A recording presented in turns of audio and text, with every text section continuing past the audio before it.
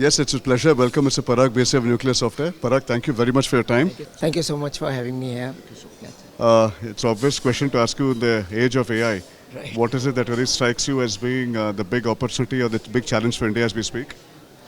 I think it is more of an opportunity, lesser of a challenge, I will say.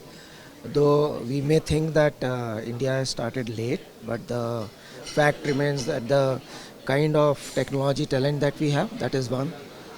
The amount of data that we have, which is important for any AI models to function, and our capability in general to leapfrog into anything new.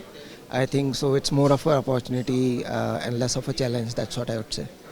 Easily the most exciting period for industry in your opinion? I would think so because there's so much to do in the space, and the good part is that application of AI is everywhere. You know, there's no area, there's no section that we can say as AI is not applicable. So very interesting times. And in your opinion, why is Nuclear Software so well positioned as we speak for this, what seems like a remarkable journey?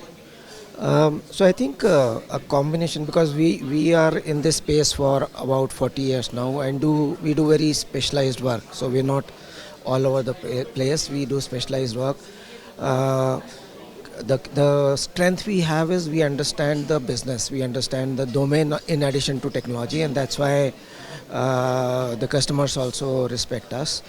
Now, whenever a new technology comes in, the technology alone is not sufficient. You know, the understanding of domain.